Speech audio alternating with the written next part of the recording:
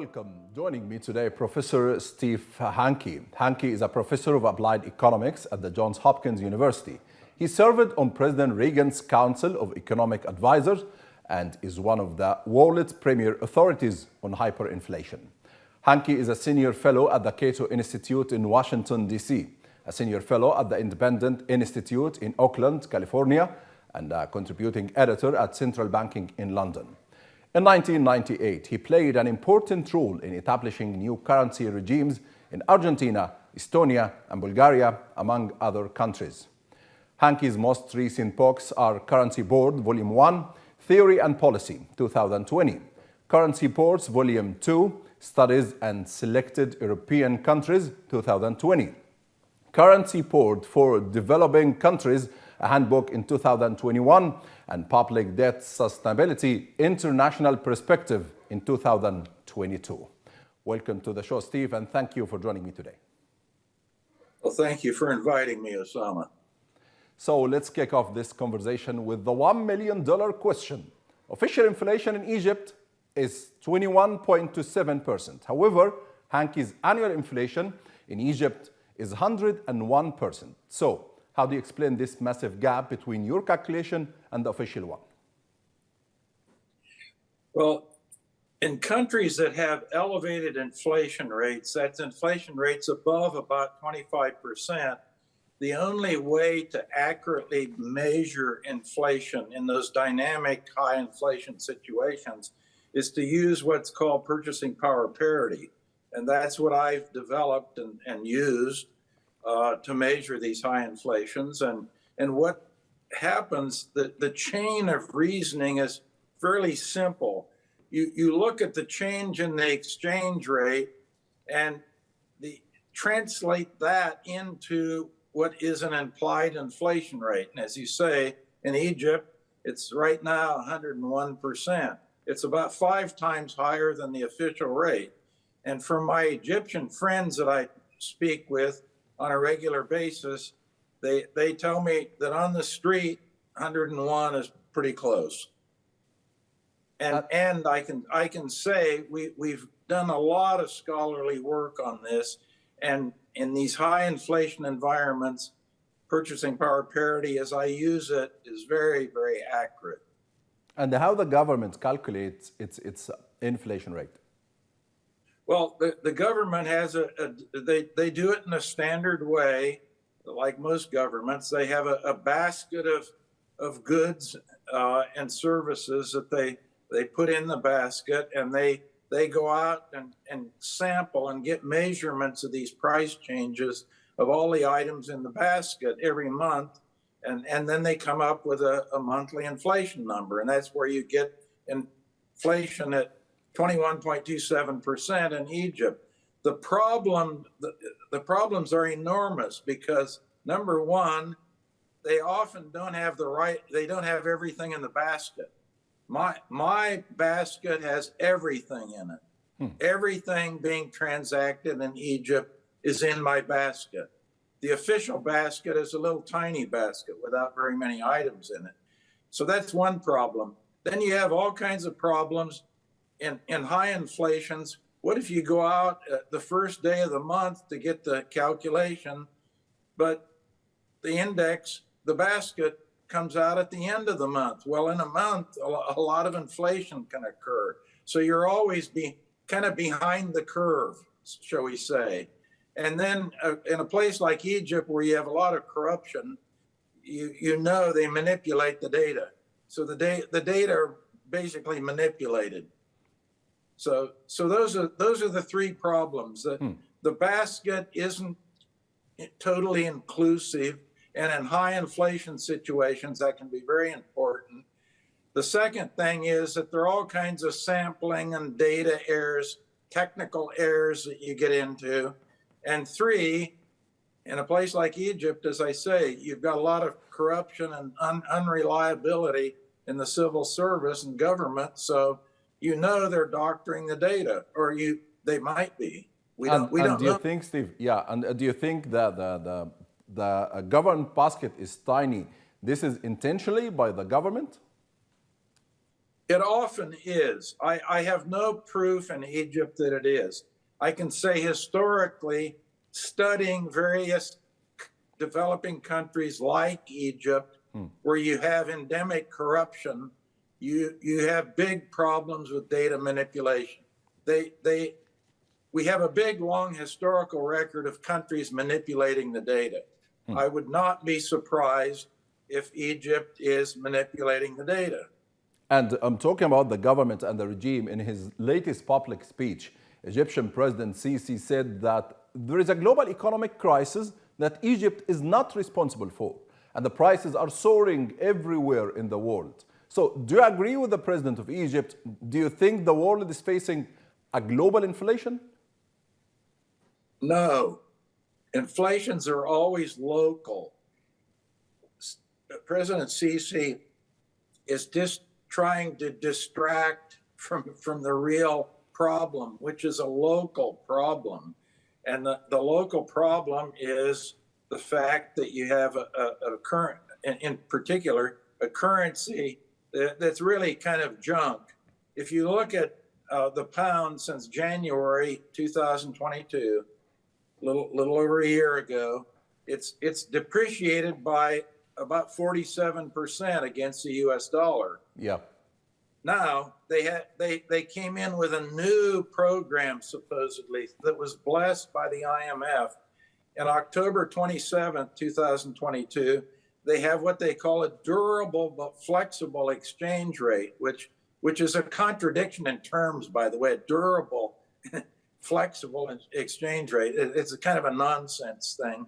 But what's happened?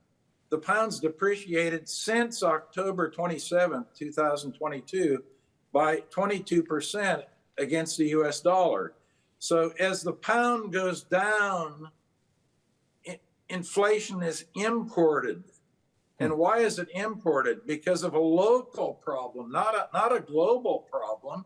The pound is a local currency. It's the Egyptian money. It isn't a global currency. In fact, no one outside of Egypt uses the pound because it's junk. It's worthless, basically. For international transactions, it's just not used. Yeah, I think this is a very important point, Steve. However, the regime in Egypt, they always blame the pandemic, firstly. Secondly, the Russia's war in Ukraine.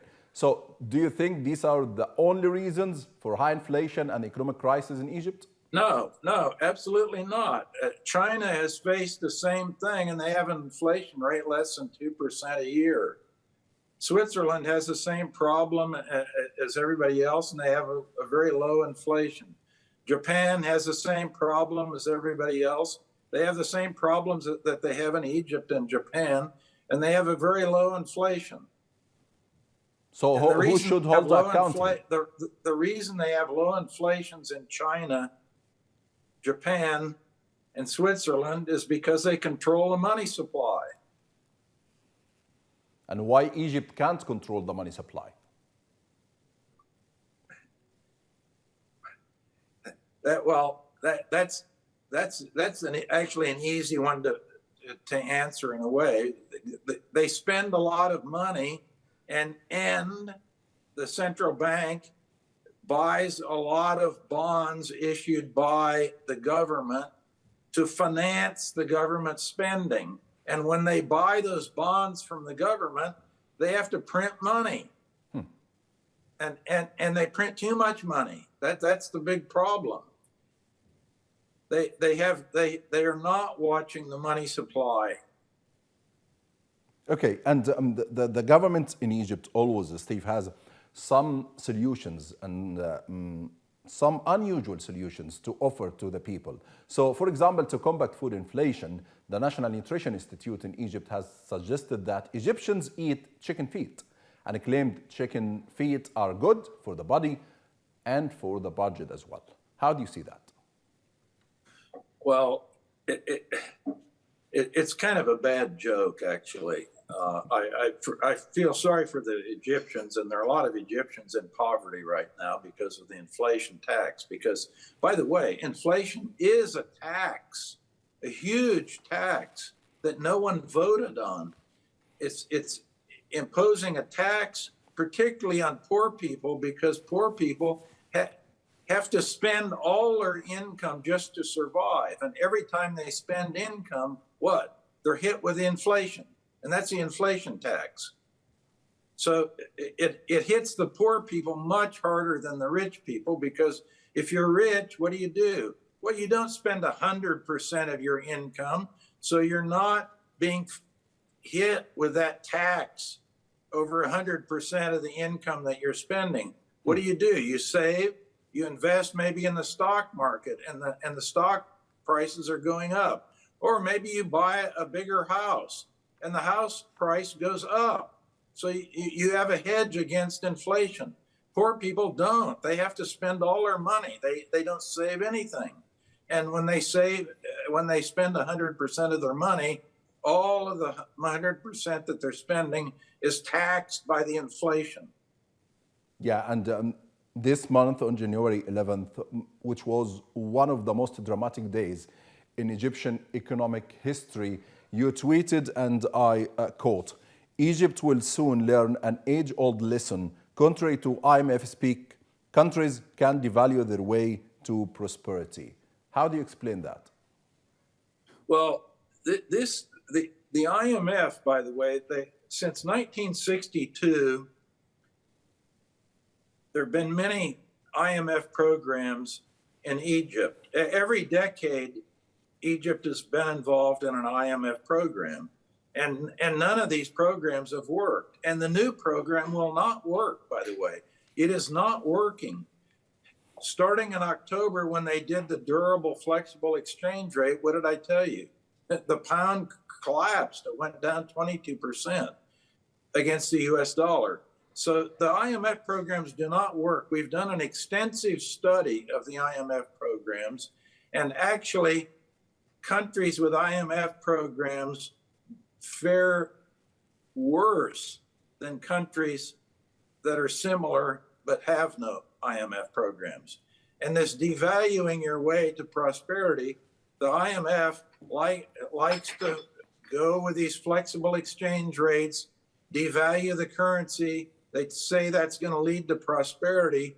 But think of it, if that was true, we would have one of the greatest economies in the world in Venezuela, where over the last few years, they've completely decimated the Venezuelan bolivar. It's depreciated by over 99% against the US dollar. Or go to Zimbabwe. Zimbabwe is in Africa, and it's devalued its currency again over the last year by over 90%. So, and they don't have prosperity. Look at the alternative. The one currency that's actually appreciated in real inflation-adjusted terms since World War I, the only one in the world that's actually appreciated in real terms over time, the Swiss franc. And the Swiss economy does beautifully.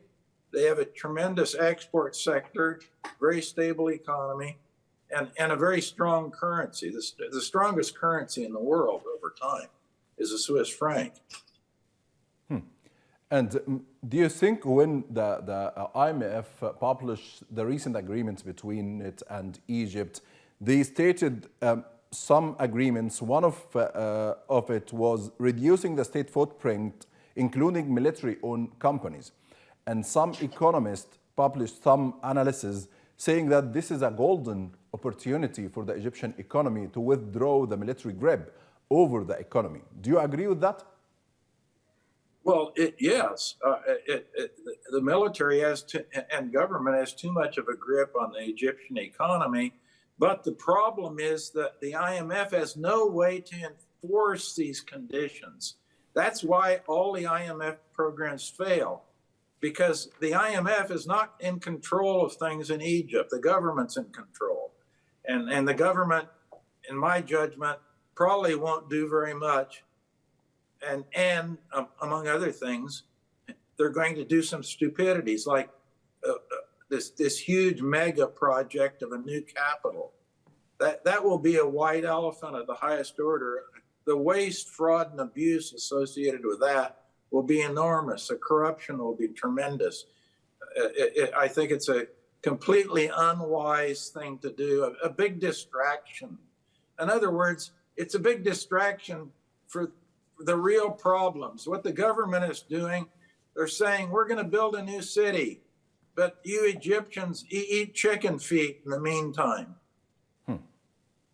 And by the way, if you look at, for example, the Cato Institute, which you mentioned I'm associated with, they evaluate 165 countries every year on human freedom and economic freedom. And where does Egypt stand? On human freedom, they're 161 out of 165 countries. Economic freedom, 149 out of 165 countries. Rule of law, 144 out of 165. Safety and security, 137 out of 165. The government can't even keep Egypt safe for people to be walking around in the street. Also, the legal system and property rights, 143 out of 165. Terrible rankings in all those structural things. Those are all structural, institutional things that don't get changed very fast. And the rating of Egypt, they're at the bottom of the barrel. But you know, Steve, the governments always do like to argue such a ranking and such an indicator. So the question is, from the government perspective, how these all bad rankings and indicators impact the economy? Well, I've done a number of studies on this, and if the economic freedom scores, the better your score, the higher the potential and the actual growth rate in the economy. So it's very closely related, almost one-to-one. You increase your economic freedom ranking by 10%, and you get a 10% jump in the potential and actual GDP in the country. And so if you want to be prosperous, you have to have a lot of economic freedom. Yeah. And let's look at the one that ranks up at the top, Singapore. Singapore has a very high, either one or two, I can't remember the rank right now, but they became independent in 1965. Lee Kuan Yew became the president. He introduced all kinds of free market, sound money, security, safety, rule of law, private property, all those things got much better. And Singapore, from 1965 until today, they were one of the poorest countries in the world when they became independent in 1965. Now they're one of the richest. And you just said that IMF can't force the Egyptian regime to withdraw the military grip from the economy. However, they can hold the installments of this recent loan. They just released 300 million and 47 as a first installment. So does the IMF can hold these other installments until the regime follow the agreement? They could, but they typically don't. And as I say, the whole withholding of installments doesn't really have much teeth. If you look at the history of the IMF, most of the countries that are involved with the IMF are involved on a regular basis. Like Egypt. As I said, they started in 1962 with IMF programs. Every decade since the 1960s, Egypt has had an IMF program, and all of them have failed. If they would have worked, there would be no need for the IMF. The pound would be strong. There'd be no inflation. Poverty levels would be a lot lower. The government wouldn't be suggesting ridiculous things like eating chicken feet to control inflation. Now, all of that would have been fixed a long time ago if the IMF program worked. The problem is they don't work. Yeah. And in your recent article, the IMF and Sri Lanka are partners in delusion. You wrote, and I quote, back in April 2022, Sri Lanka's currency collapsed, having depreciated by 44% against the US dollar. According to our measure, inflation reached a stunning 74.5% per year. Sri Lanka even suspended payment on its external debt. Then the IMF fire brigade arrived. So is Egypt on the same track? Do you think Egypt could face Sri Lanka's fate? Yes. The one difference is, and this is fairly important, given the geographic location of Egypt, they have always been the beneficiary of a lot of military and foreign aid for strategic reasons. And that's part of the problem with Egypt, by the way. They've been living off handouts. They pass the begging bowl and they get money because they're in alliances with other partners, and those partners think for some reason they need Egypt for geostrategic reasons. But what happens, the money goes to Egypt, and what pockets does it go into? You know what pockets it goes into. It goes into the political pockets and government pockets, one way or another, and does nothing more than fuel corruption and ultimately destroys Egypt. I mean, I would argue the foreign aid has been one of the most, shall we say, destructive economic aspects of Egypt, because the foreign aid goes in and it's just fuel for corruption. It just pours fuel on the corruption fire. And that's why you get all these terrible ratings in Egypt for things like corruption. It's very corrupt. And do you think there is a danger of bankruptcy in Egypt soon, Steve? Well, yes. Why? They are on the Bloomberg list for potential default, by the way.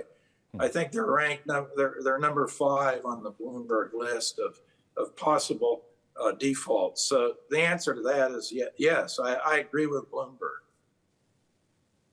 But the government in Egypt keep denying this and saying, look, to 2022, we paid all our debts in this year, and we will keep paying by borrowing another external debts in 2023. But this is an economic circle, and this is our solution.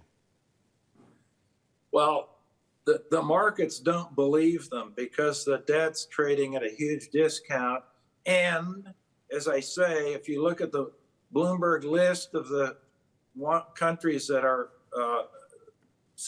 potentially in danger of defaulting, Egypt is on the list. I think it's ranked number 5. Okay. So basically, the government in Egypt doesn't really have any credibility. That's the bottom line is they can say whatever they want to, but no one really believes them. And why don't they believe them? Because they lie all the time. If they were telling the truth, people would believe them. If you were telling me every time I talked to you, Osama, something that was accurate, I would think, well, the next time Osama tells me something, it's going to be accurate. But if you told me something that was wrong every single time and turned out to be a lie, I would think, oh, he can't be trusted. I'm not going to believe what he tells me. And that's the problem with Egypt. And do you think markets now don't trust the government? No. All you have to do, this is not my subjective evaluation. This is an objective fact. If you look at the markets and the market price for Egyptian debt, that's subjectively what the market's telling you. But you know, Steve, the government just introduced the IMF, the recent loan with the IMF, as the last chance, the last economic chance. And with this loan, we will obtain the trust of the market globally, and the external investors will come again to Egypt, and we will have the hot money again in Egypt because there is 20 billion withdraw from the market in Egypt last year. What do you think? Well, I don't. That's not a fact. That's not based on any facts. That's wishful thinking. Because if that was true, that's what the government's been saying. Various governments, not just this government. This is nothing new in Egypt. I said they've been on IMF life support since 1962. This has been going. This has been going on for over 60 years. In fact, precisely 60 years. If you subtract the numbers, you get 60. Yeah. So it's nothing new. It's an old Egyptian way of doing business in the government. No matter what the government is, every single government has done the same thing. Okay. On January 19th, you tweeted, and I quote, Egypt plans to build a multi-billion-dollar new capital city 40 miles east of Cairo. Meanwhile, Egypt will be required to pay over 100 billion in domestic and foreign debt in the coming years. Amazing. Not a good time to be building a white elephant. But to be honest, Steve, this is a huge debate in Egypt because the presidents keep praising himself as the man who launching a new republic in Egypt with 24 smart cities like the new capital, and many reports and economists said no, with the 60% of Egyptian people at or under the poverty rate. This is not an economic priority. So what are your thoughts on building a new city, spending all these billions on 24 smart cities in Egypt? Well, I think it's a terrible idea. One area in which I have a specialization is infrastructure economics. And I can tell you, all these mega projects turn out to be economic disasters. That's typically, not all, but typically. If you look, you're in London right now, and if you look at the channel going over to the continent, the annual rate of return on that white elephant, it's negative. It's a negative rate of return. In other words, they invested a lot of money to build the channel, and the return is negative. The costs are actually greater than the benefits. And that's typical of all these mega projects that you have.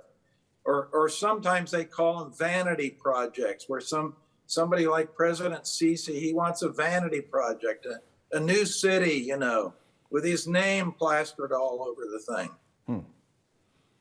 But so President Sisi, they're a bad idea. Yeah. In Egypt, the benefits will be less than the costs, so it will be uneconomic, and on top of it, it will fuel a tremendous amount of corruption. And regarding these benefits from the new capital of these mega project infrastructure projects in Egypt, the government say this project will offer jobs for maybe 5 million in Egypt, attract investors, and offer a foreign currency in the central bank. Do you agree with that? No. Why? I just look at the history of these projects. They don't. That's not how they work. That's how they're advertised. But the advertising is always false. The jobs don't come, and the jobs cost more than they're worth. In other words, the whole thing is kind of a sham, basically. It's a fake. That's the history of mega projects. If you look at the scholarly literature on mega projects, they're always the same.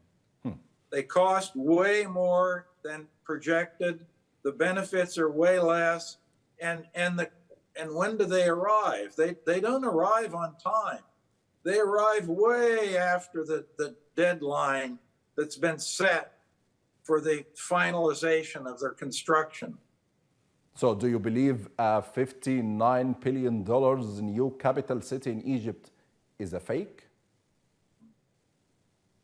Yes. Wow.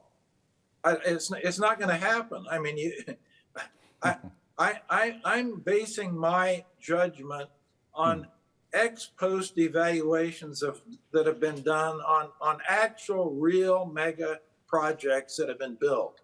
And what those show is that they end up costing way more and producing way fewer benefits than advertised before they start the project.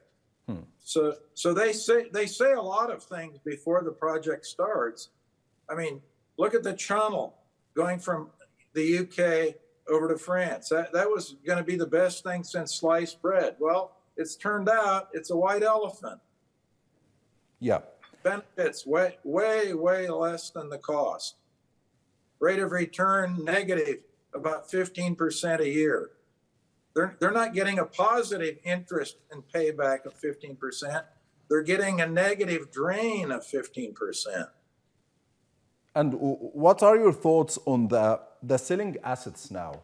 The government, they announced that they will start selling assets. The IMF agreements stated that there is $2 billion will come through Egyptian government selling assets to other countries or investors. This is a solution for the economic crisis in Egypt?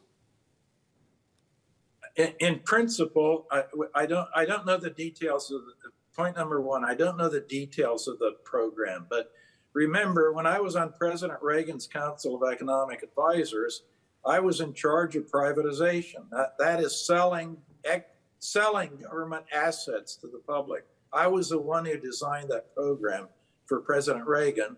And in fact, I was the one who got the word privatization in the Webster's dictionary in the English language at that time. So I do know something about it, and it's a very good idea because most of these governments have a tremendous amount, especially in Egypt and especially the military, all kinds of assets that they should be selling to the private sector. They should be selling to the private sector. The assets would be utilized much more efficiently and effectively, and the government, of course, would receive revenues by selling. And if they're selling these to other countries, to Gulf countries, for example, is it the same benefits, the same positive impact? I don't really have a judgment on that. Okay. If they're selling from one government to the next, that's not really privatization. Yeah. So if they're selling to a private entity, that is privatization. I am an advocate of privatization. I've written a number of books on it, and as I say, I was the one who designed all of President Reagan's privatization program. So it's a topic I know a lot about. Yeah, because you know there is many sovereign funds in Saudi Arabia, United Arab Emirates, and Qatar. They started buying some assets in Egypt in the last 2 months. Well, again, I don't want to make any judgment without seeing exactly who's buying, how they will operate, and so forth. All I can do is tell you in principle, if the government sells an asset to a private entity, that is privatization, and that is good. Because not only will the government receive revenue from the sale of that asset, but those assets will be used more productively in the private sector. There's a bureaucratic rule of two, and the bureaucratic rule of two says if something is in the private sector and has a cost of one, if you would transfer it into the public sector, just the reverse of privatization, you would know what the cost would be two, not one. So the cost of doing things in the government is roughly twice as high as in the private sector.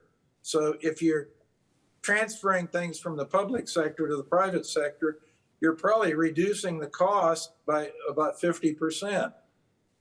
Yeah, and in case of Egypt, the private sector is struggling with the military grip over the economy. It's something like a closed circle. Steve, the military grip, there is no competition with the private sector. So do you think the private sector can stand for this buying assets and do the strategy you just explained, or with the military aggressivity? That's an important point, Osama, and that is that the rules and regulations have to be such that monopolies are discouraged and competition is encouraged. That if you privatize something and put it into the private sector, you want to put it into a competitive environment. And if you don't, then you have a problem, because what you do, you go from a government monopoly to a private monopoly.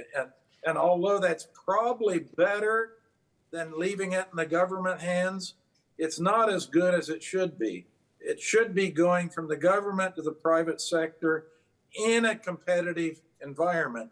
And by the way, there are entrepreneurs, Egyptian entrepreneurs, operating internationally as well as in Egypt, that are good.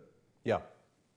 And have good international reputation. So I would hopefully like to see those assets in the hands of Egyptian entrepreneurs. You have some of them, you know the list. Some of them actually are friends of mine. Okay, yeah. And Steve, the Financial Times editorial board wrote, and I quote, "It's often assumed that Egypt is too important to fail and that the donors or Gulf states will always bail Cairo." However, the next day of this article, Saudi Arabia's finance minister said at the World Economic Forum in Davos that the kingdom is changing the way it provides assistance to allies, shifting from previously giving direct grants and deposits unconditionally, adding Saudi Arabia was encouraging countries in the region to make reforms. So do you think, will Saudi Arabia and other Gulf allies to the regime in Egypt abandon the regime or keep assisting, but by another way?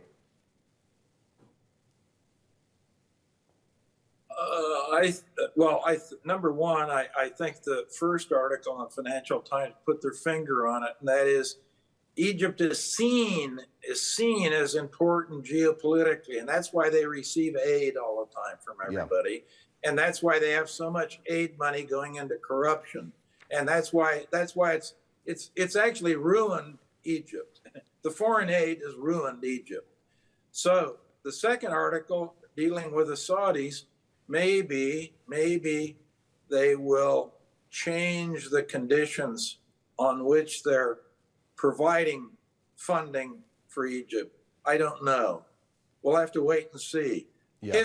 If history is a guide, it won't change very much. Okay, and my final question. But you never know. Yeah. They might be true to their word, and in fact, they might actually put conditions on Egypt that have some teeth in them and force Egypt to make some changes.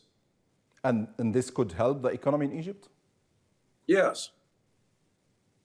Of course, it would depend on what the changes were, but if they were advocating things like privatizing and getting the military out of all these commercial activities, then I would say yes, that would be very good.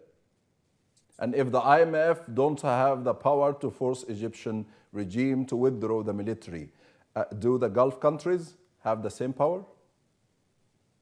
Oh, I think they have more power than the IMF. The IMF doesn't have any power. We've had 60 years of the IMF roaming around in Egypt, and they haven't done anything. Yep. I mean, it's ridiculous. It is, yes. And my final question, Steve, how do you see the future of Egyptian economy in 2023? Negative. If you look at the consensus growth rate for Egypt, it was about 5.2%. Now the consensus has dropped down to 3.8. So the consensus is going down, and the consensus on inflation is going up. So if you look at the recent consensus, that isn't me, that's a consensus of lots of economists and financial people. They are saying that the economy is going to get weaker, and they say inflation is going to be higher. So it's negative. The dynamics are negative, not positive. Professor, and I agree. I agree with the direction being pointed to by the consensus is the growth is going to be weaker and the inflation is going to be stronger. And I agree with that. Professor Steve Hanke, thank you very much for joining me today.